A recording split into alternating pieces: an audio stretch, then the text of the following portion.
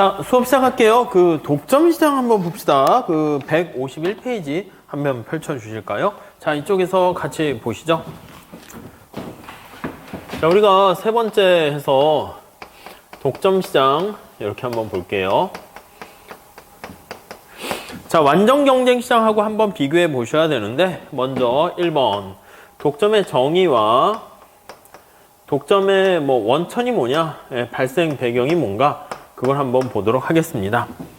자, 우선 독점 시장의 정의 한번 볼까요? 정의, 개념 보시면 되겠어요. 첫 번째 줄에 보시면 독점 시장이란, 모노폴리 마켓이란 시장에 진입 장벽이 존재해서 기업이 하나만 존재하는, 그리고 밀접한 대체제가 없는 상품을 공급하는 시장이에요. 그 시장에 존재하는 기업이 한 개 있습니다. 한 개 있어가지고 대체제를 공급 안 해요. 밀접한 대체제에, 거기 보시면 대체제가 없는 시장이에요. 그러니까 하나의 기업만 존재한다는 거죠. 독점 시장이란 해가지고 기업이 한 개 존재하고 밀접한 대체제가 없는 그런 시장을 독점 시장이다 라고 보시면 되겠습니다. 제일 중요한 게 거기 보시면은 대체제가 없다라는 게 제일 중요합니다. 그래서 독점 시장에서는요, 기업들이 물건을 막 출시하면은 이게 자기가 자기의 경쟁자를 만드는 거예요. 그래서 삼성의 무슨 스마트폰이 새로운 거 신상품을 출시하면 기존 제품이 다 소진되기 전에 나와버리면 어떻게 돼? 자기끼리 경쟁하는 거니까 좀 웃기긴 하죠. 자기가 자기 경쟁자를 막 만드니까 일부러 신제품 출시하는 시기 같은 것들도 잘 보면서 우리가 만들게 됩니다. 자, 거기 보시면 이제 어떤 작은 시골 마을 얘기하고 있습니다. 시골 마을에 그냥 딱 치과 의사가 한 분만 계세요. 거기에 받거나 아니면 자기가 혼자 벤치로 뽑아야 되는 그런 상황이죠. 아니면 저기 시골에서 딴 데로 가야 되는데 왔다 갔다 이동 비용이 너무 많이 들게 되면 할 수 없이 요 산골 마을에 만약에 치과 의사가 하나 있다라고 하면 요 치과 의사 하나가 독점적인 상황을 갖게 되는 것이다 라고 보시면 되겠습니다. 물론 손님이 없으니까 어떻게 보면 새로운 경쟁하려는 치과 의사들이 인류 오지 않는 것도 있죠. 만약에 여기 사람들이 갑자기 응애응애 태어나고 사람들이 많이 몰려서 유동인구가 많아지고 거주하는 사람이 많아지면 당연히 우리 아까 봤었잖아요. 이거 여기선 지금 독점적인 상황하고 같은데 신규 기업들이 진입을 한다고 누가 진입을 막는 건 아니죠. 진입을 막는 게 약간 자연적인 손님이 없는 게 진입을 막는 장벽 역할을 하는 것입니다. 자, 그렇게 보시면 될 것 같고요. 다음 페이지 가볼게요. 자, 독점의 원천은 무엇인가 한번 볼까요? 발생 이유 한번 보시죠. 자, 우선 제일 중요한 것은요, 첫 번째 줄에 시장의 경쟁이 불안전하게 된 가장 큰 이유는 뭐냐면 진입 장벽이 있기 때문입니다. 그래서 이게 여기 이 마을에 진입하려는 이유가 없죠. 그것도 장벽입니다. 그래서 제일 중요한 거는 진입하는데 장벽이 존재하기 때문이다 라고 보시면 될 것 같고요. 진입 장벽이 존재, 이렇게 보시면 되는데, 자, 구체적인 내용 몇 개 한번 볼게요. 첫 번째는 법적으로 진입 장벽을 만들기도 합니다. 그래서 거기 보시면 정부가 나서가지고 직접적으로 어떤 한 기업에게만 독점적 지위를 부여하는 경우가 있습니다. 그래서 정부가 법적으로 인허가권을 부여하는 거예요. 아니면 이제 또 특허권을 부여하는 것도 마찬가지고요. 그래서 딴 애들이 진입을 못하는 겁니다. 우리 학원에도 만약에 1층에 편의점이 있다. 학원 건물이라 합시다. 그러면 다른 데도 우리도 편의점 하면 안 돼요? 안 됩니다. 학교도 보면 커피숍하고 문구점 하나씩 다 있는데 하나씩만 두면 충분하니까 그건 학교에서 허가를 내준 거잖아요. 그렇게 보시면 되겠고, 다음 또 희소한 투입물을 거기 보시면 소유하는 경우 통제한다, 소유한다, 보유한다 이렇게 보시면 될 것 같습니다. 아니, 다이아몬드 반지를 만들려고 하면 다이아몬드가 있어야 되잖아요. 근데 다이아몬드를 구할 수 없으면, 맞아요, 그러면 다이아몬드 반지를 만들 수 없겠죠. 다음 세 번째는요, 거기 보시면 월등한 기술적인 우위 측면에서 진입 장벽을 만드는 거예요.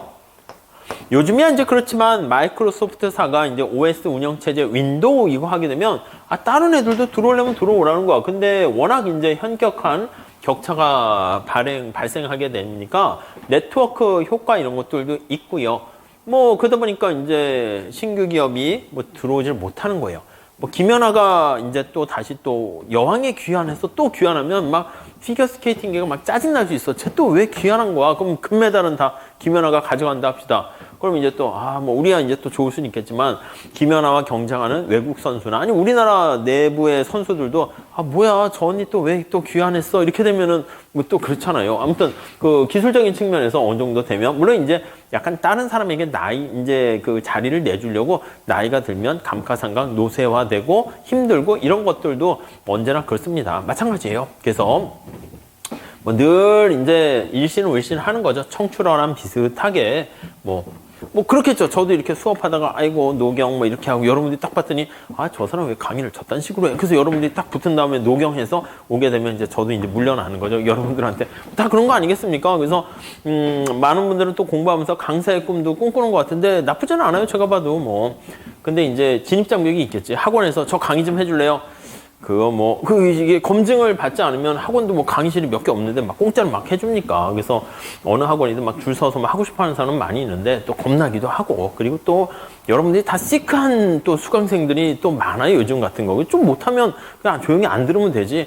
야, 그딴 식으로 뭐 이렇게 또 뭐 글을 남긴단 말이야. 그럼 누군가 그걸 보면, 마음 상처를 입겠죠. 그냥 조용히 그냥 안 들으면 사람이 없으면 어떻게 되겠어? 그러면, 아이고, 왜 이렇게 수강생이 안 오지? 그게 발에 의한 투표라니까. 그래서 음식의 맛이 이상하다고, 여기요, 왜 이렇게 맛대가리가 없습니까? 음식이 뭐 이렇게 하지 말고, 조용히 안 가면 손님이 없으면, 맛이 없나 보다. 그럼 이제 알아서 문 닫겠죠. 자기 스스로가 그걸 깨닫지 못하진 않을 거 아닙니까? 뭐 아무튼 딴 데로 했는데 이렇게 기술적인 우위 때문에 독점적인 상황이 될 수 있고요. 이런 것들은 뭐 그닥 뭐 신기하지는 않고요. 우리한테 관심 있는 거는 네 번째입니다. 규모의 경제로 인한 자연스러운 독점입니다. 그래서 이걸 자연 독점이라고 합니다. 자연 독점. 자, 우리가 규모의 경제라는 게 뭐였습니까? 우리 비용함수에서 얘기했는데 규모가 커짐에 따라서 경제적이다. 다시 말씀드리면 생산 규모가 커져서 생산량이 늘어날수록 비용이, 특히 평균 비용이 하락한다라고 보시면 되겠습니다. 규모에 대한 수익 체증하고 비슷하게 보시면 되는데요. 규모에 대한 수익이 약간 체증하는 경우에요. 이걸 IRS라고 제가 말씀을 드렸어요. Increasing Return to Scale. 인풋과 아웃풋을 2배 증가시켰더니 생산량이 아주 빠르게 증가하는 것입니다. 네, 그렇게 보시면 되겠어요. 그거랑 이제 같은 맥락이 이제 규모의 경제, Economies of Scale인데요. Economies of Scale. 스케일을 대규모로 하게 되면서 생산량이 증가 시 네, 말 그대로 평균 비용이 하락하는 거예요. 평균 비용이 하락하게 되는 경우, 그거를 우리가 규모의 경제가 있다. 이렇게 얘기를 합니다. 자, 그래서 우리가 알다시피 우선 이렇게 한번 볼게요. AC 곡선이 장기 평균 비용이에요, 물론. 근데 L자는 뺄게요. 이렇게 평균 비용 곡선이 우하향하잖아요. 이거는 바로 뭐냐면, 우리가 생산을 하는데, Q를 생산하는데, 여기 나와 있는 것처럼 10개씩 생산하는 것보다는 이거를 한 100배씩 해서 100개씩 생산해서 대량으로 생산하는 거예요. 대량 생산 시, 이거요. 대량 생산 시, 네, 평균 생산 단가가 하락한다. 이렇게 생각을 하시면 될 것 같습니다. 아셨죠? 그게 바로 규모의 경제가 존재하는 경우다라고 생각하시면 되겠는데, 자, 밑에 살짝 그림을 하나 그려놨거든요. 우선 그렇게 해서 발생하는 독점을 자연스럽다 해서 내추럴 이렇게 표현합니다. 모노폴리 이렇게요. 자, 내추럴 모노폴리라고 얘기합니다. 그래서 아까 저 시골의 작은 마을 이런 거 생각하시면 돼요. 자, 직관적으로 보면 이렇게 한번 생각을 해볼게요. 자, 우리나라가 이렇게 있어요. 근데 여기 서울이 있고요. 제주도가 있습니다. 아니, 서울에는 어떤 병원이라고 합시다. 종합병원이라고 하면 어떤 환자의 수가 만약에 500명 이렇게 있다고 할게요. 500명이 이렇게 존재해요.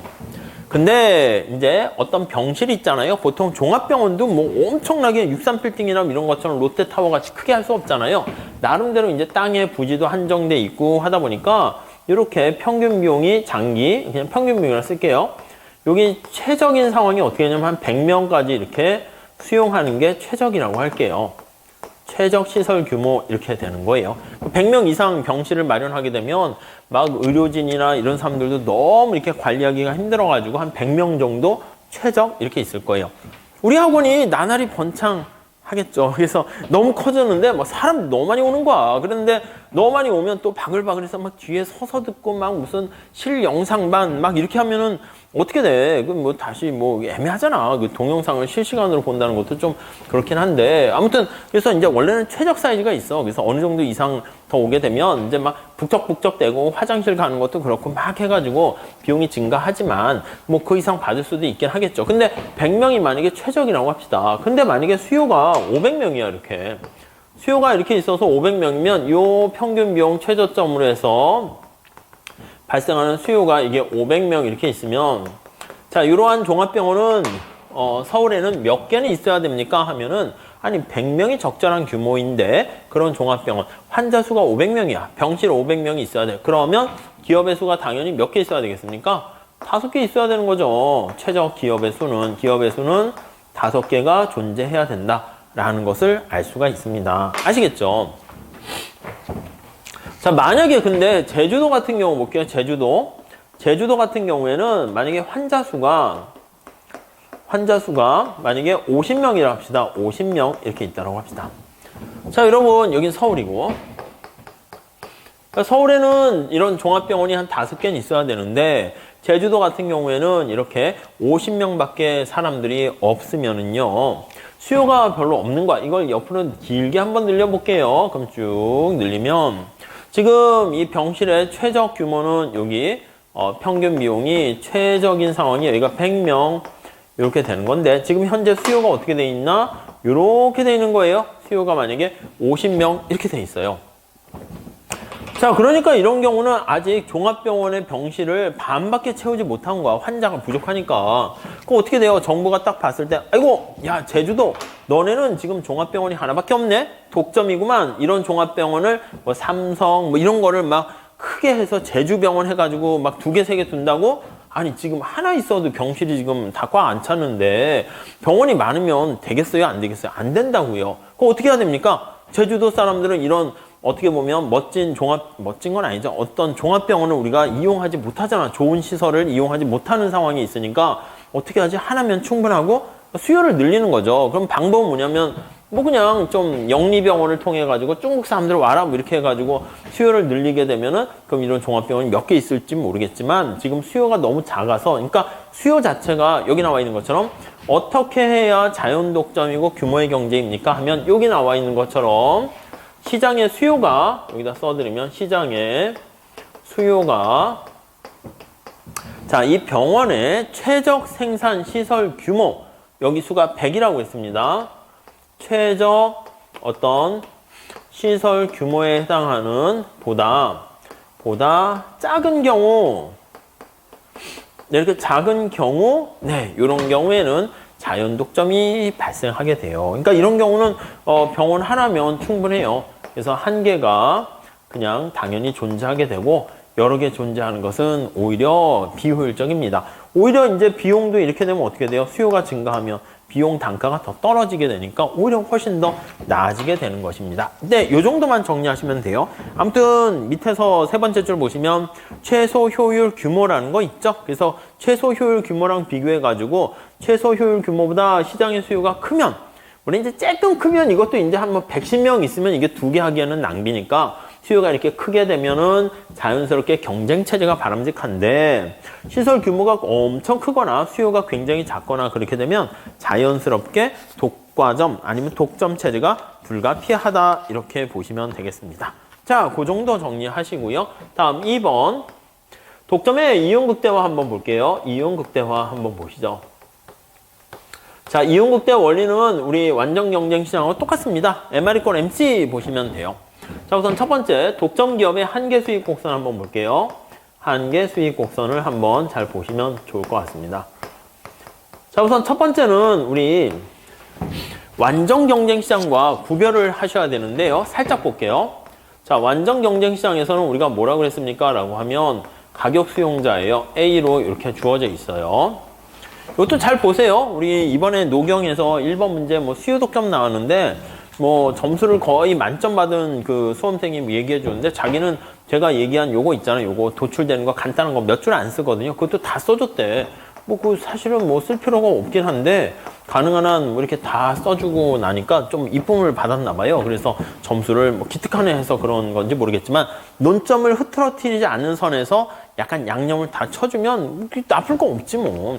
우선 본질이 중요해요. 본질이. 그래서 뭐 맛도 음식의 맛이 중요한 건데 옆에 데코레이션 하는 게 뭐 잘 돼 있으면은 뭐 그것도 좋지 않습니까? 그래서 독점인 경우에는 가격 설정 능력이 있습니다. 이게 시장에서의 가격이 A로 일정한데 얘는 A-BQ 이렇게 돼 있다고 할게요. 자, 그러면 여기다 살짝 한번 그림을 한번 보시면 Q가 되면 개별 기업이 직면하는 이 수요 곡선이 A로 일정한데 족점인 경우에는 어떻게 됩니까? 하면 수요 곡선이 이렇게 우하형합니다. 이게 수요 곡선이에요. 수요 곡선. 그래서 이 수요 곡선이 어떻게 됩니까? 라고 하면 P가 A-BQ 이렇게 우하형하는 형태가 돼 있습니다.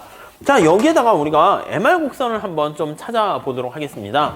자, MR은 우선 TR을 찾아야 되는데 자, TR은 PQ 이렇게 되죠. 자, 여기서 볼게요.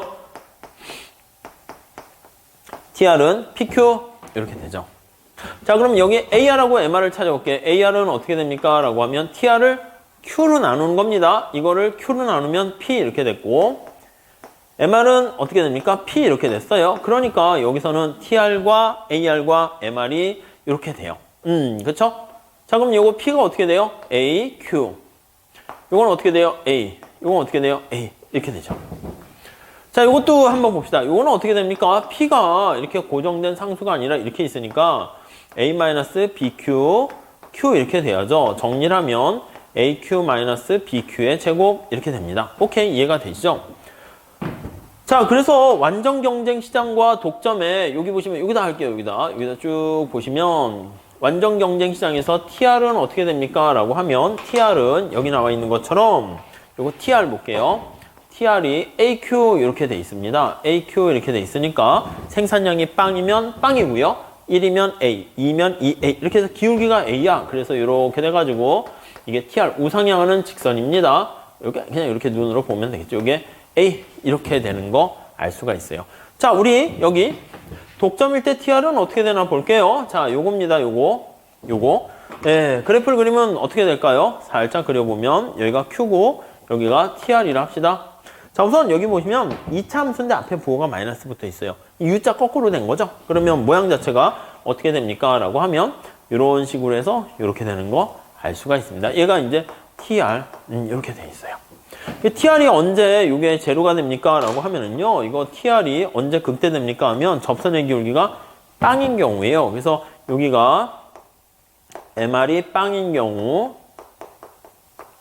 여기에서 TR이 극대가 된다. 이렇게 보시면 될 것 같습니다. 오케이, 이해가 되시죠? 자, 여기 한번 다시 볼게요. 그 다음 여기 AR은 어떻게 됩니까? 라고 하면 AR은, 자, 요거를요, Q로 나눠줍니다. 나눠주면 A-2BQ 요거랑 똑같습니다. 그래서 그냥 A-BQ 똑같게 돼요. 그래서 우리가 앞으로 AR은 언제나 P랑 같다 이렇게 보시면 되겠고요. 얘가 AR하고 똑같습니다. 여기도 AR하고 똑같고요. AR. 그래서 얘도 AR하고 똑같습니다. AR 이렇게 똑같아요. 자, MR을 한번 볼게요. MR. 자, 여기서는 MR이 어떻게 됐습니까? 하면 MR이 ARP와 똑같아요. 얘가 MR이 똑같았습니다. 이게 완전 경쟁 시장의 가장 중요한 특징 중에 하나라고 말씀을 드렸죠. 자, 여기서는 MR이 어떻게 됩니까? 하면 여기 안 보일 수 있으니까 위에다 쓸게요. MR 하면 요거요. Q로 미분하는 거예요. 그러면 A 마이너스 2가 내려가요. 2BQ 이렇게 돼요. 그래서 A 마이너스 2BQ 이렇게 되니까 P보다 절편은 똑같고 기울기가 2배 가파르다는 것을 알 수가 있습니다. 그래서 여기 쭉 2배 가파르게 MR 이렇게 되는 거 알 수 있어요. 여기 MR이 제로가 되는 점 있잖아요. 여기 Q 제로라고 하면 여기에 해당하는 점이 어딥니까? 라고 하면요. 바로 여기가 바로 Q0다라는 것을 우리가 이해할 수가 있을 거예요. 요 같이 연결시켜서 보세요. 요거 우리 시험에도 비슷하게 그래프를 그려서 출제된 적이 있어요. 자, 그래서 우리가 독점할 때는 기계적으로 하셔도 돼요. 수요 곡선이 우하향하는 직선이다 하면 절편은 여기 보시면 A로 똑같고요. 그 다음에 기울기가 MR이 2배 기울기 가파르다 라고 보시면 되겠네요. 아셨죠? 우선 그 정도 살짝 봐주시죠. 자, 이거를요 우리가 한계 수익 곡선 거기 보시면 첫 번째 줄 보세요. 완전 경쟁 시장에서 기업은 수평의 수요 곡선에 직면하게 되고요. 시장에서 이렇게 P가 수평으로 돼 있어요. 거기다가 Q를 곱하게 되면은 PQ 이렇게 되는데 우상향은 직선이 되고 가격 수용자 이렇게 얘기했는데 독점인 경우에는 말 그대로 가격을 자기 마음대로 설정할 수 있습니다. 그래서 가격을 설정자다 이렇게 얘기를 하게 되고요.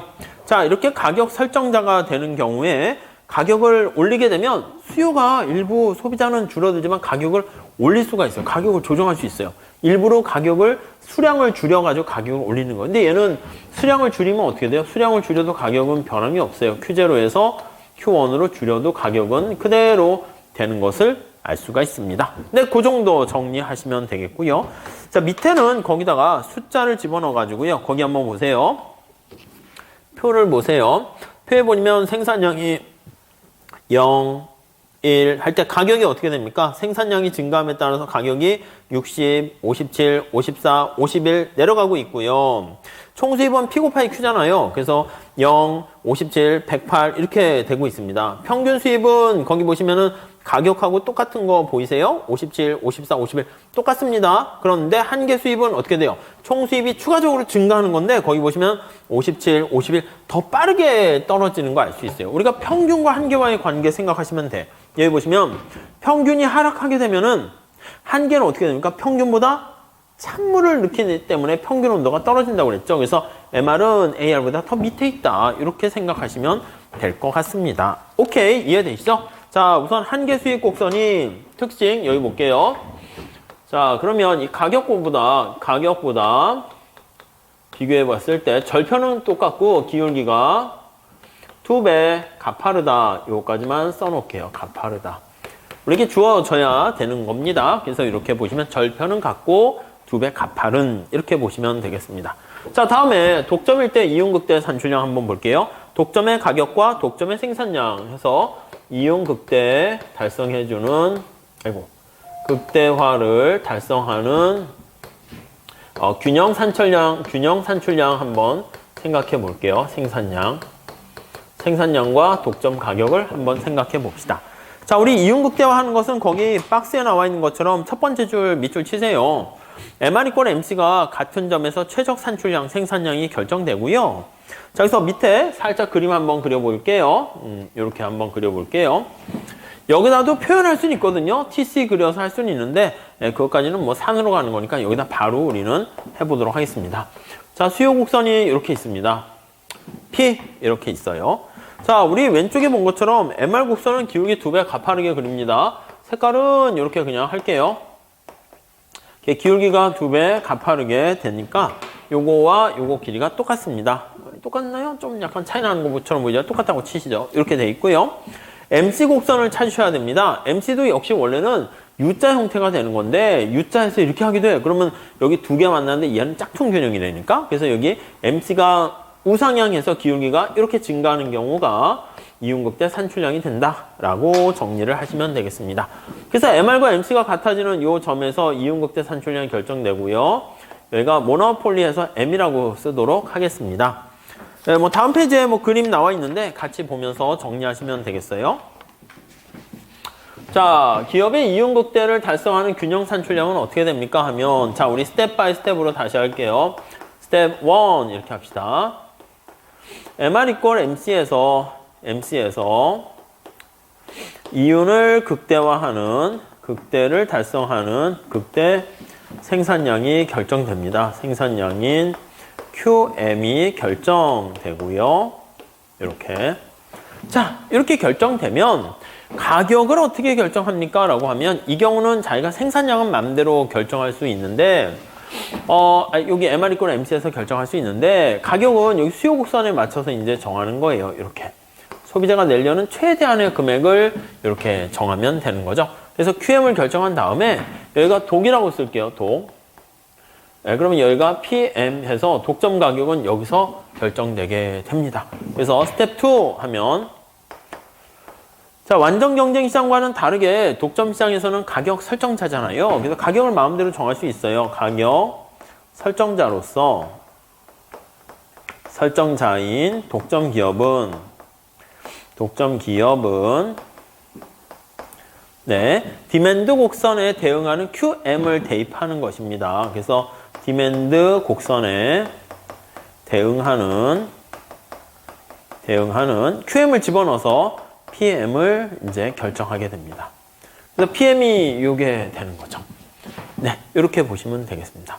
자, 여기서 우선 첫 번째 여기까지는 됐고, 자, 우리 이윤을 한번 살펴볼게요. 이윤을 한번 살펴봅시다. 자, 이윤은 TR에서 T3를 빼는 겁니다. 다시 한번 정리하면 이윤은 파이라고 합시다. 이윤은 TR에서 T3를 빼는 거예요. T3를 빼요. 이거는 완전 경쟁 시장과 똑같습니다. 그래서 이게 이제 기본적인 베이스가 되는 것이고, 시험 문제에서는 독점의 특성에 대해서 말로 물어보거나 아니면 식을 대입해서 푸세요 이렇게 나오거나, 근데 사실 그보다 더 중요한 거는 그 뒤에 나오는 가격 차별, 그게 사실은 더 중요해요. 근데 여기는 기본적인 걸로 잘 보셔야 되겠어요. 자, 그러면 P 곱하기 Q가 TR 아닙니까? 그래서 요게 바로 총수입이 되는 거예요. 요게 파란 색깔 면적이 바로 TR 총수입이 된다 라고 보시면 되겠고요. 얘가 TR 이렇게 됩니다. 오케이, 됐죠? 자, 그 다음에 우리 TC는 어떻게 찾아야 될까요? TC는요, 아시겠지만 AC 곱하기 Q 이렇게 해야 되니까 AC를 찾으셔야 돼요. AC 곡선은 아무 얘기 안 하면 우리가 U자 형태로 그려요. 근데 식이 주어지면 AC도 우상향한 직선일 수 있고 막 이렇기 때문에 그냥 뭐 그러면 안 돼요. 근데 공부를 위해서 살짝 우하향하게 이렇게 U자 형태로 할게요. 여기가 최저점을 지나고 이렇게 했어요. 이게 AC 이렇게 있다라고 합시다. 뭐 AVC는 여기 뭐 굳이 그릴 필요 없어요. 이윤의 크기를 구할 때는 AC만 구하면 됩니다. 자, 그러면 준비가 됐어요. 자, QM일 때 여기 보시면 AC를 보면 여기가 되는 거죠. 여기 아까 얘기한 것처럼 여기 전체가 보이는 게 아니라 요 점 하나만 보이면 되는 거예요. 여러분 잠깐 보면 이게 재밌는 특성이 있지 않습니까? 여기 독이라고 쓴 게 가격이죠. 여기가 AC죠. 여기가 MC와 MR이네. 근데 사실 AC가 지금은 위에 있긴 한데 AC는 밑에 있을 수도 있어요. 상관없어요. 그래서 요 순서 잘 한번 보세요. 정해진 건 아니고 AC는 요 밑에 이렇게 있으면 이유는 더 커지는 건데 여기 나와 있는 MR, MC보다 P가 더 높다라는 것만 우선 살짝 체크해 두시고요. 아무튼 이 경우에는 AC가 여기에 위치하고 있어요. 여기 요거. 그러니까 이거는 지금 다시 한번 얘기하는데 모자이크 처리하세요. 이게 다 보이는 건 아니고 여기서 요 하나만 우리한테 의미가 있어요. 그래서 요거 곱하기 Q 이렇게 하면요. 이렇게 되죠? 이렇게. 자, 이게 어떻게 됩니까? 이게 TC 이렇게 되는 거예요. TR보다 TC가 큰 경우죠. 여기서 첫 번째 다시 한번 정리해 보면 여기 보시면 TR의 크기가 이 직사각형 면적이고 TC의 크기가 이 빨간 색깔의 면적인데 그 차이만큼이 이만큼 벌어지게 되는데 그 차이만큼을 우리가 색깔을 뭐 노랑으로 할까요? 이 차이만큼을 우리가 이윤이다라고 생각을 하시면 되겠습니다. 노란 색깔이 이윤 이렇게 정리를 하시면 되겠어요. 네, 이렇게 보시면 되겠습니다. 그러니까 요거는 계산하는 것까지 우리가 살짝 체크하셔야 됩니다. 아셨죠? 많이 풀어볼 기회가 있을 거예요. 자, 우선 첫 번째 155페이지 가보시면 그 박스에 나와 있는 것만 잘 보시면 돼요.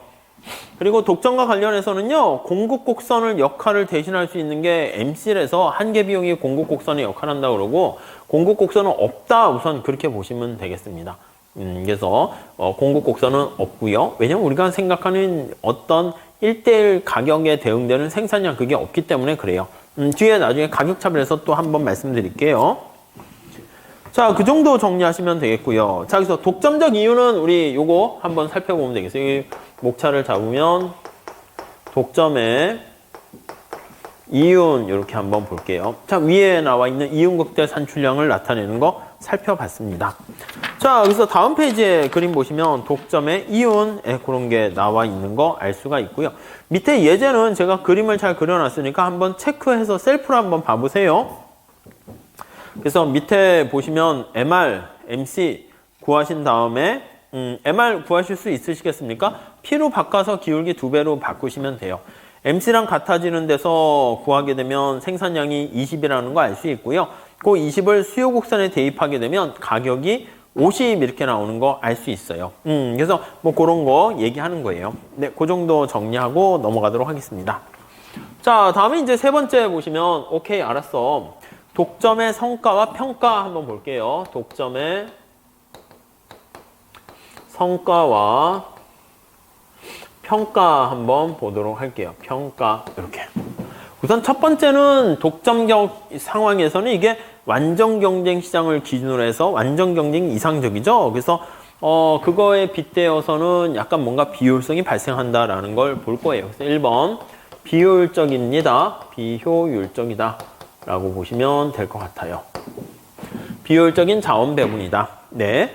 자, 우선 첫 번째 비효율적인 건 뭡니까 하면 여기 한번 볼게요. 여러분, 만약에 이게 완전 경쟁 시장이라고 하면 얘가 이제 공급 곡선을 대용한다라고 제가 말씀드렸어요. 독점에서는 없지만. 그래서 이게 공급 곡선이라고 하면 여기가 이제 완전 경쟁 시장이 될 거예요. 근데 독점인 경우에는 일부러 생산량을 줄여요.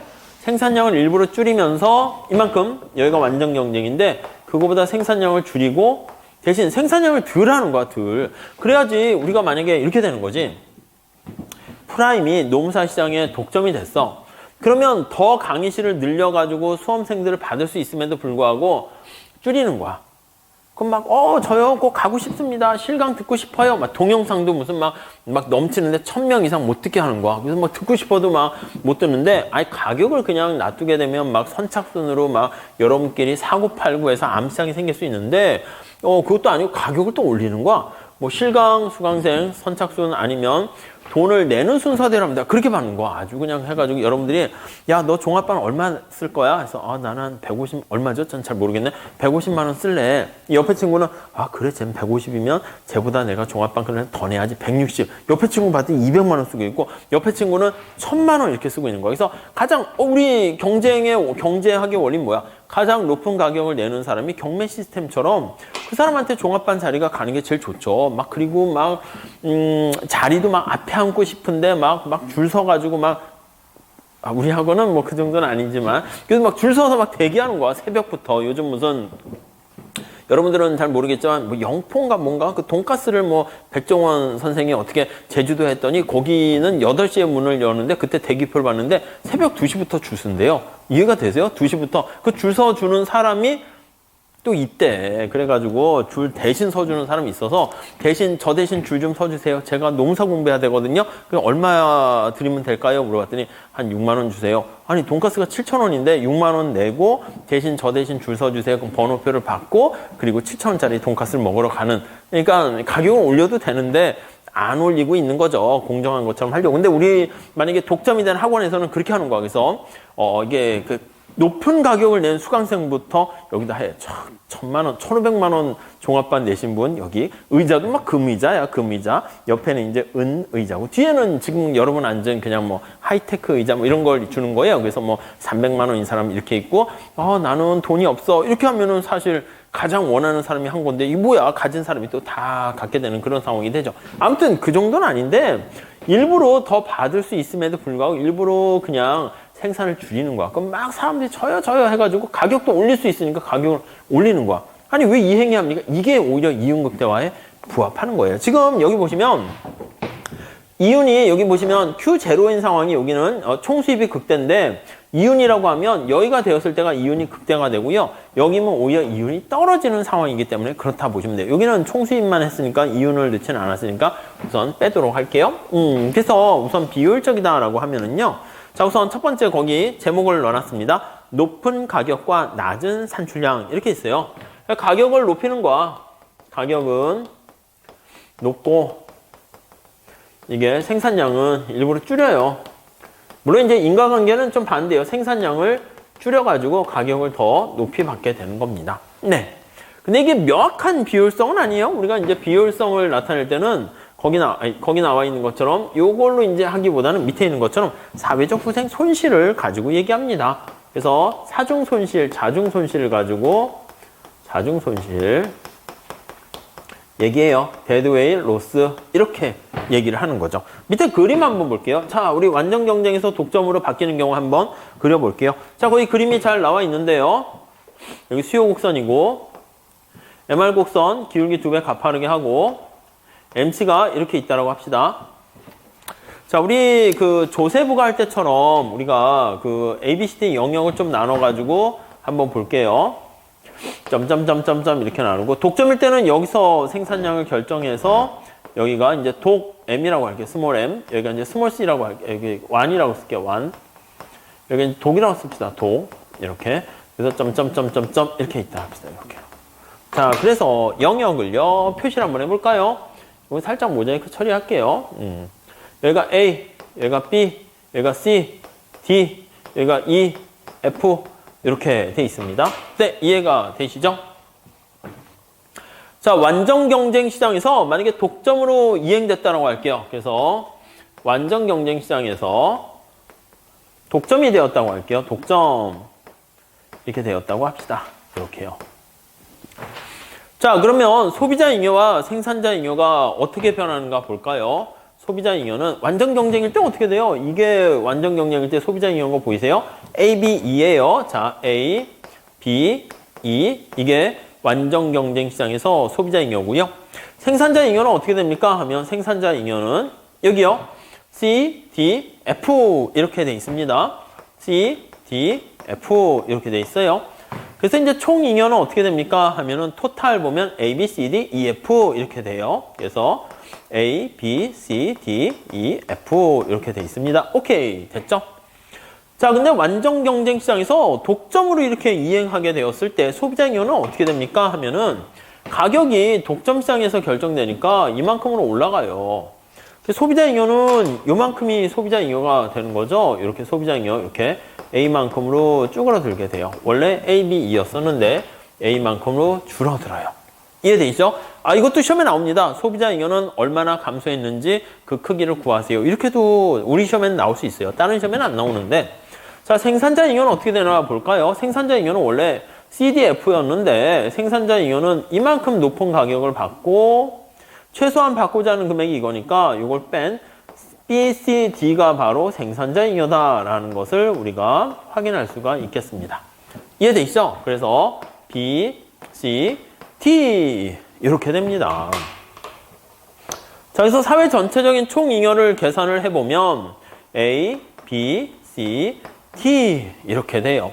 자, 그래서 완전 경쟁 시장에서 보면 소비자 잉여는 줄어들었어요. BC만큼 줄어들지만 그래도 요 B는 생산자한테 간 거야. 그러니까 이제 주인이 바뀐 거니까 허공에 없어진 건 아니고요. 근데 문제는 뭐냐면 여기 나와 있는 E와 F가 어느 누구에게도 가지 못했어요. 사라졌어요. 여기 보시면 E와 F가 허공으로 사라졌습니다. 그래서 이게 사라진 손실, 사라진 무게, 분명히 100만 원 냈다고 해서 100만 원 가방에 가져왔는데 열어보니까 90만 원밖에 없는 거야. 야, 10만 원 어디 갔어? 사라졌네. 그래서 그걸 사중 손실이라고 얘기합니다. 사중 손실이 그냥 직역한 거거든요. 데드웨일 로스 해가지고요. 근데 이거를 이제 너무 직역했다 해서 교수님들이 싫어하시는 분들이 많아요. 그래서 그럼 뭐라고 쓸 건데? 이 자중 손실 이렇게도 많이 씁니다. 그래서 여러분들은 둘 다 써주면 좋을 것 같아요. 아니면 후생 손실 이렇게. 자, 다시 정리하면 완전 경쟁 시장에 비해서 비효율적이다, 낭비가 있다 이렇게 얘기하는데 야, 그 크기가 얼마야? 라고 하면 이렇게 데드웨일 로스인 사중 손실. 여기 보시면 이 삼각형입니다. 이게 우리가 조세를 부과해서 발생하는 사회적 후생 손실하고 똑같습니다. 이게 바로 자중 손실, 사중 손실 이렇게 됩니다. 밑에 음영 처리로 돼 있는 거 보이시죠? 네, 그 정도 정리하시면 될 것 같습니다. 다음 페이지 158페이지 보시면 문제는 살짝 넣어놨는데 우리 객관식에서 많이 할 거기 때문에 여기서는 안 풀게요. 그래서 거기 밑에 살짝 해설만 보고 눈으로 보세요. 아, 소비자 잉여가 A만큼의 크기고 생산자 잉여가 거기 사회적 후생 손실이 그 삼각형 면적만큼이고 우리가 문제를 심플하게 하려고요. 이거 우상향하게 하기도 하는데 보통 오히려 어드밴스드 과정에서는 이게 수평인 경우가 많아요. 고정비용이 없으면 MC랑 AC랑 똑같고 수평 이렇게 되는 걸로 많이 물어봅니다. 자, 5번째 줄, 거기 4번째 줄 보시면 자, 비효율성의 크기가 2BF가 되는 건데 이렇게 측정된 독점의 비효율성의 크기를 후생삼각형 또는 자중손실 이렇게 얘기하고요. 하버거라는 학자가 이걸 측정하려고 했습니다. 그래서 하버거 삼각형 이렇게도 얘기를 합니다. 실제 해보면 얼마나 됩니까? 했더니 뭐 하버거는 뭐 크기가 뭐 얼마 뭐 되지 않는다 이렇게 얘기하는 사람들도 있고 실제 해보니까 야 너 잘못 계산했어 실제 크게 나와 뭐 이렇게 얘기하는 경우도 있고 그렇게 됩니다. 자, 그 다음에 159페이지 가보시면 독점의 성과 평가 이렇게 나오는데 이거는 제목만 보시면 돼요. 자, 여기서 뭐 이거는 제목만 볼게요. 진입장벽을 이제 구축하려는 진입장벽을 이렇게 구축하려는 시도를 하게 되고요. 진입장벽이 있게 되면은 어떻게 됩니까? 네, 거기서 이득을 얻게 돼요. 그걸 우리가 지대라고 합니다. 렌트라고 해요. 그렇게 지대를 얻으려고 하는, 추구하려는 행위를 하게 된다라는 것을 우리가 알 수가 있게 됩니다. 진입장벽을 구축하는, 이게 보통 보면 우리가 각종 자격증 같은 거 보면 아니 왜 300명밖에 안 뽑아요? 이렇게 얘기하면 정답 없어. 그냥 기득권을 가지고 있는 노무사들이 야 이거 더 들어오면 우리의 지대가 너무 이렇게 없어지고 야 우리가 최소한 노력한 거에다가 플러스 알파만큼 더 받아야 되는 거 아니야? 이렇게 생각하니까 그렇게 하는 거거든요. 뭐 그렇게 되는 거니까 그 지대 추구 행위다라고 보시면 될 것 같습니다. 자, 여기서 첫 번째 제목만 보세요. 진입장벽의 구축을 통한 초과 이윤 지속성. 초과 이윤이 얻게 되는데 그게 지속적으로 가능하게 됩니다. 만약에 진입장벽이 없으면 어떻게 돼? 완전 경쟁 시장에서 조정 과정 받잖아. 신규 기업이 들어와 가지고요. 초과 이윤이 사라지게 돼요. 사라질 때까지 계속 들어온다고요. 그러니까 이제 장벽을 통해 가지고 물이 못 들어오게 하는 거랑 비슷하게 됩니다. 자, 제목만 보시고 다음 지대 추구 행위라고 합니다. 그래서 진입장벽을 계속 구축하기 위해서 수험생들이 노무사 인원을 더 늘려라. 뭐 회계사는 보니까 좀 약간 늘리나 봐요. 한 1000명 정도 더 넘게 늘린다고 하는데 300명을 더 뽑는데 그래서 회계사 시장은 좀 약간 호황인데 노무사 시장도 좀 늘리긴 했는데 약간 뭐 아무튼 치열하게 경쟁하고 있는 상황인데 거기 나와 있는 것처럼 진입장벽을 낮춰가지고 사람을 더 뽑으려고 했더니 기득권을 가지고 있는 사람들이 로비와 광고 같은 거 하는데 이제 돈을 쓴다고 거기서 발생하는 이득을 그게 차라리 진입장벽을 공고하게 구축하는 거 측면에서 봤을 때는 훨씬 더 안정적이니까 남는 장사라고 보는 거죠.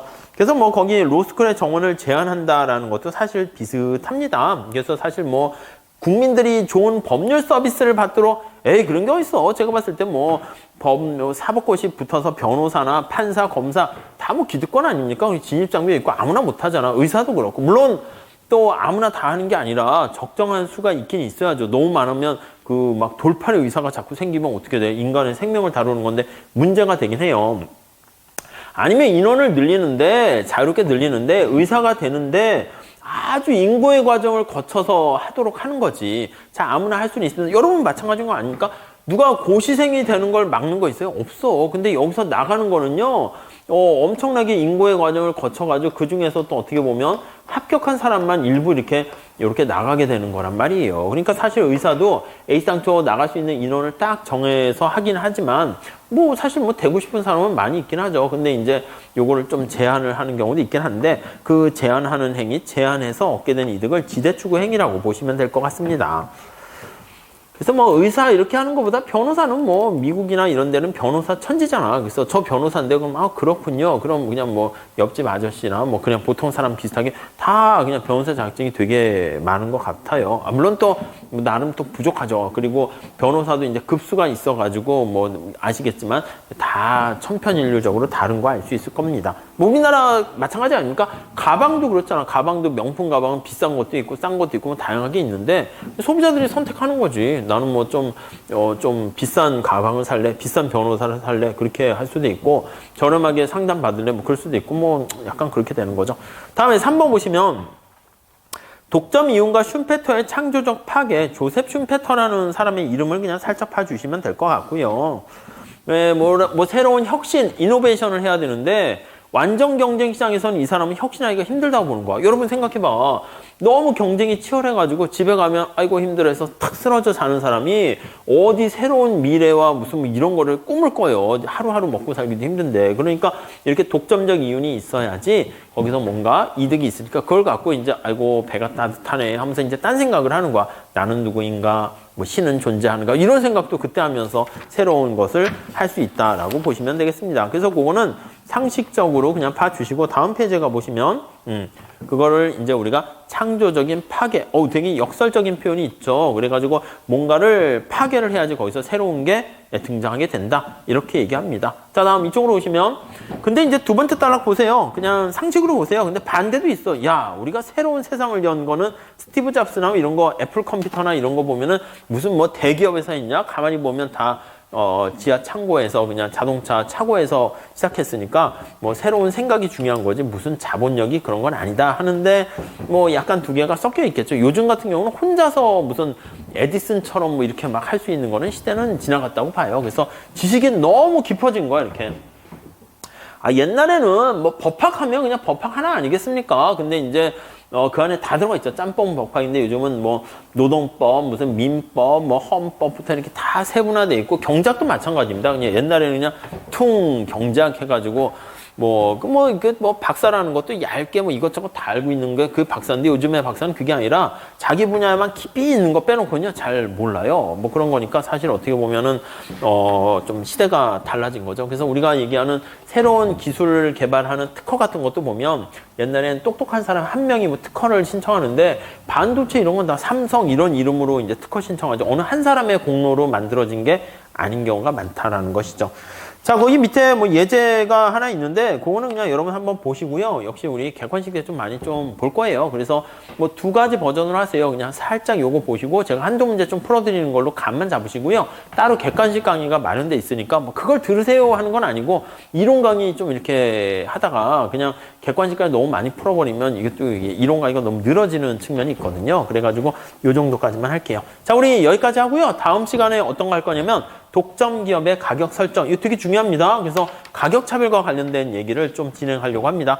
거기까지가 사실 미시에서는 제일 중요하고 다음 시간에 뭐 독점적 경쟁이나 게임 이론 같은 거는 우리 시험에 그렇게 잘 나오지 않습니다. 그리고 다른 공무원 시험이라든가 경작 시험에서는 생산 요소 시장 관련한 뭐 계층적 아니면 우리가 노동시장과 관련된 그런 얘기가 시험에 잘 안 나오거든요. 우리 시험은 자주 나와요. 노경 때문에 그런 거죠. 그러니까 약간 포인트가 달라요. 그리고 대신 뒤에 시장 실패 관련된 외부성과 공공재 이런 것들이 있잖아요. 그거는 좀 우리가 공부를 해야 됩니다. 그래서 얼추 이 독점까지만 끝나면 미시에 그냥 많은 부분이 끝났고 좀 제일 힘든 부분이 소비자 선택 이론 그런 게 좀 힘들거든요. 무차별 곡선. 근데 사실 그리고 등량 곡선. 근데 그게 약간 노경하고 겹치기 때문에 그러니까 우리 경영학만 뭐 경주하는 친구들한테 겹친다 이게 아니고 우리 노경하는 친구들한테도 다 겹쳐요. 그리고 만약 시험 문제 사회적 후생 손실을 구해라 그러면 늘 1차 때 구했던 것이고 탄력성을 구해라 그러면 늘 구했던 것이고 뭐 그런 것 때문에 이제 혹시 계산 문제 불이타 뜨면 어떻게 라는 거에 대한 불안을 없애는 방법이 사실은 1차를 경작 선택하는 거라고 봐요. 제가 뭐 강요하는 건 아닌데 뭐 약간 이왕이면은 2차가 더 중요한데 불이타 때문에 긴장할 필요는 없겠죠. 뭐 그런 식으로 생각하시면 돼요. 그리고 더 나가서 거시경제 뒤에 가보면 뒤에 뭐 필립스 곡선 이런 거 노동시장 하게 되는데 그것도 1차에서는 좀 할 거예요. 근데 2차에서는 많이 다루진 않습니다. 시험 문제 나온 적은 없고. 근데 노경책 뒤에는 있거든요. 그거 어떻게 하랍니까? 그거 해야 됩니까? 1차 때 하는 걸로 커버하시죠. 그래서 뭐 하면 제가 보기에 필립스 곡선이 나오거나 뭐 국가 간의 무역과 노동시장 얘기 나와버리면 아마 또 브리타라고 막 머리를 짜매고 막 그렇게 할 수 있는데 사실 그런 것들도 우리는 그냥 1차 때 하는 걸로 해서 뭐 보시면 될 것 같습니다. 그러니까 약간 1차, 2차가 좀 상호 시너지 관계가 좀 있긴 있습니다. 아셨죠? 자, 이렇게 하시고요. 내일 이어서 할게요. 수고하셨습니다. 네.